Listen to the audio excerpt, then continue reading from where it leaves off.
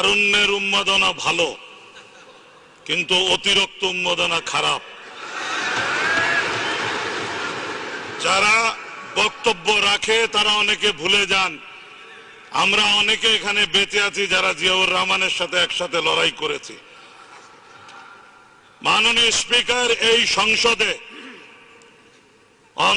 পয়েন্টটা যাতে কারেক্টলি থাকে সেজন্য বলছি, ব্যক্তি হিসাবে আমি প্রথম ব্যক্তি মেজর জিয়াউর রহমানকে 1971-এর 26শে মার্চ বোয়ালখালীর পার্টিতে রিসিভ করেছি এবং সারা দিন আমি জিয়াউর রহমান সাহেবের সাথে ছিলাম। প্রমাণ চান, এই সংসদের কাছে বলছি, you have to call colonel Oli, you have to call lieutenant general Mir Shawkat Ali, যারা আমরা একসাথে ছিলাম। আমি বরঞ্চ সংসদে প্রস্তাব দিচ্ছি, এই বাদানুবাদের দরকার নাই। যারা ওই মুহূর্তে ওই এলাকায় জীবিত ছিল, lieutenant general Mir Shawkat Ali, colonel Oli, Awami League নেতৃবৃন্দ, আমরাও যারা ছিলাম, সবাই একসাথে একত্রিত হতে পারি। তখনই কিন্তু আলোচনা হবে ড্রামের উপরে দাঁড়িয়ে স্বাধীনতা হয়েছে না ড্রামের নিচে দাঁড়িয়ে স্বাধীনতা হয়েছে। মাননীয় স্পিকার, একই সাথে বলতে চাই, অনেকে একটা জিনিস ভুলে যান, যেই ডিক্লারেশন নিয়ে এত প্রশ্ন উঠছে, declaration on behalf of Bangabandhu দিয়ে জাতির কর্তৃত্ব নিতে চাচ্ছেন, সেই একই রেডিও স্টেশন এই অদম মঈনুদ্দিন খান বাদল 1971-এর 16ই ডিসেম্বর ওই রেডিও স্টেশন দখল করে বাংলাদেশ স্বাধীন হয়েছে ঘোষণা দিয়েছিলাম। এজন্য আমি জাতির চাচা হয়ে যেতে পারি না।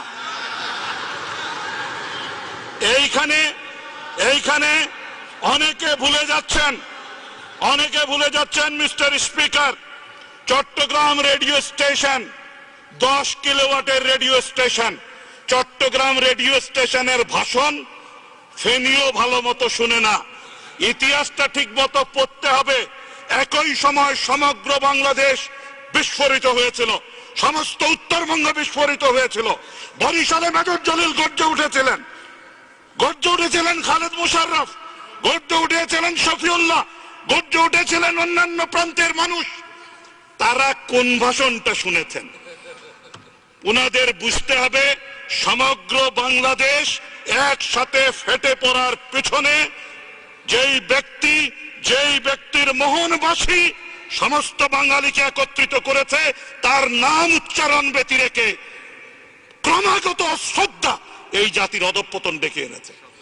সেই কারণে বলতে চাই, আমি অন পয়েন্ট অফ অর্ডারে এই ইস্যু আনতে চাই না। ইফ দেয়ার ইজ টাইম, আমরাও সব কথা বলবো। বাড়াবাড়ি সহ্য বহুদিন করেছি। আপনাকে একটি কথা বলতে চাই, এই বিমানবন্দরের নাম কি? শাহ আমানত বিমানবন্দর ছিল। 26 তারিখ ঘোষণা করেছে হান্নান সাহেব, তার নামটা ছিল।